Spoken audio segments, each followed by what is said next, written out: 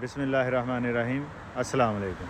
ये अतीकुल्ला हालत भाई ने ये होरे युगंडा रहिंदे ने आंदे ने जी पंजाबी पढ़ने से कौन रोकता है। भाई पंजाबी पढ़न तो हुकूमत पाकिस्तान ने रोके है, हुकूमत पंजाब ने रोके है। पंजाबी स्कूलों च लाजमी ही नहीं, पंजाबी च किताबां ही नहीं छपदियां तो पंजाबी पढ़नी असी कित्थों है।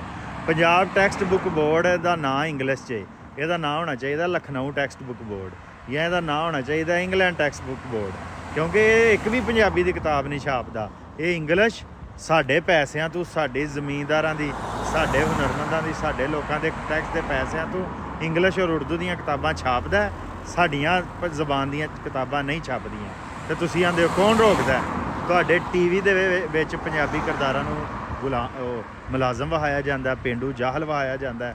ਉਹਦੀ ਵਜ੍ਹਾ ਤੋਂ ਸਾਡੀਆਂ ਕੁੜੀਆਂ ਸਾਸੇ ਕਮਤਰੀ ਦੀਆਂ ਸ਼ਿਕਾਰ ਹੋ ਗਈਆਂ ਨੇ। ਸਕੂਲਾਂ ਦੇ ਵਿੱਚ ਸਾਡੇ ਬੱਚਿਆਂ ਨੂੰ ਪੰਜਾਬੀ ਉਸਤਾਨੀਆਂ ਪੰਜਾਬੀ ਬੋਲਣ ਤੋਂ ਰੋਕ ਕੇ ਆਉਂਦੀਆਂ ਨੇ ਉਰਦੂ ਬੋਲੋ। ਘਰਾਂ ਦੇ ਵਿੱਚ ਸਾਡੀਆਂ ਨਵੀਂ ਨਸਲ ਦੀਆਂ ਪੰਜਾਬੀ ਮਾਵਾਂ ਭੈਣਾਂ ਜਿਹੜੀਆਂ ਨੇ ਉਹ ਪੰਜਾਬੀ ਤੋਂ ਰੋਕ ਕੇ ਉਰਦੂ ਔਰ ਇੰਗਲਿਸ਼ ਰਲਾ ਕੇ ਆਉਂਦੀਆਂ ਨੇ ਬੋਲੋ, ਸਕੂਲਾਂ 'ਚ ਵੀ ਆਉਂਦੇ ਨੇ। ਤੇ ਤੁਸੀਂ ਐਸੇ ਮਾਸੂਮ ਲੋਕ ਹੋ, ਤੁਸੀਂ ਆਂਦੇ ਹੋ ਪੰਜਾਬੀ ਪੜ੍ਹਨੇ ਸੇ ਕੌਣ ਰੋਕਦਾ ਹੈ। ਪੰਜਾਬੀ ਪੜ੍ਹਨ ਤੋਂ ਸਭ ਰੋਕ ਰਹੇ ਨੇ, ਪੰਜਾਬੀ ਪੜ੍ਹਾਈ ਹੀ ਨਹੀਂ ਜਾ ਰਹੀ। ਇਸਲਾਮ ਔਰ ਪਾਕਿਸਤਾਨ ਦਾ ਤੁਸੀਂ ਸਾਡੇ ਤੋਂ ਵੱਧ ਠੇਕੇਦਾਰ ਨਹੀਂ ਹੈ। ਸਾਨੂੰ ਵੀ ਤੁਹਾਡੇ ਨਾਲੋਂ ਜ਼ਿਆਦਾ ਇਸਲਾਮ ਨਾਲ ਵੀ ਪਿਆਰ ਹੈ, ਪਾਕਿਸਤਾਨ ਨਾਲ ਵੀ ਪਿਆਰ ਹੈ। ਸਾਨੂੰ ਪਤਾ ਹੈ ਪਾਕਿਸਤਾਨ ਸਾਡੀ ਪੰਜਾਬੀ ਪੜ੍ਹਾਉਣ ਨਾਲ ਮਜ਼ਬੂਤ ਹੋਣਾ ਹੈ।